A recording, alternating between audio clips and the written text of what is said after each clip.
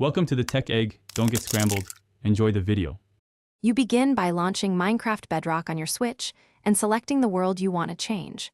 Once the world is highlighted, press the settings gear to open its configuration. Make sure you enable cheats if the snapshot option is locked, because snapshots require experimental toggles for some features.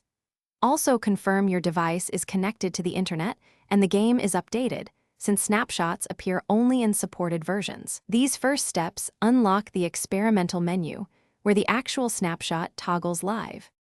Once in settings, scroll to the experimental gameplay section and locate the snapshot-related toggles you need. You toggle the exact features you want. Do this deliberately because enabling some will convert the world. When prompted, accept the warning about world conversion only after you've created a backup.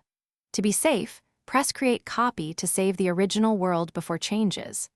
After backing up, enable the snapshot features and then exit settings. The game will apply changes when you load the world next time, so make sure to proceed.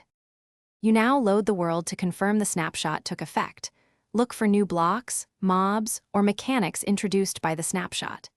If things look wrong or the world behaves unpredictably, immediately exit and restore the backup you made earlier by selecting the copy.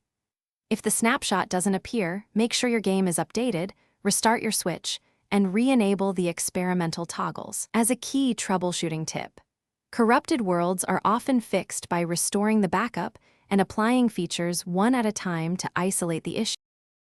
Thanks for watching. Consider subscribing if I helped unscramble your problems.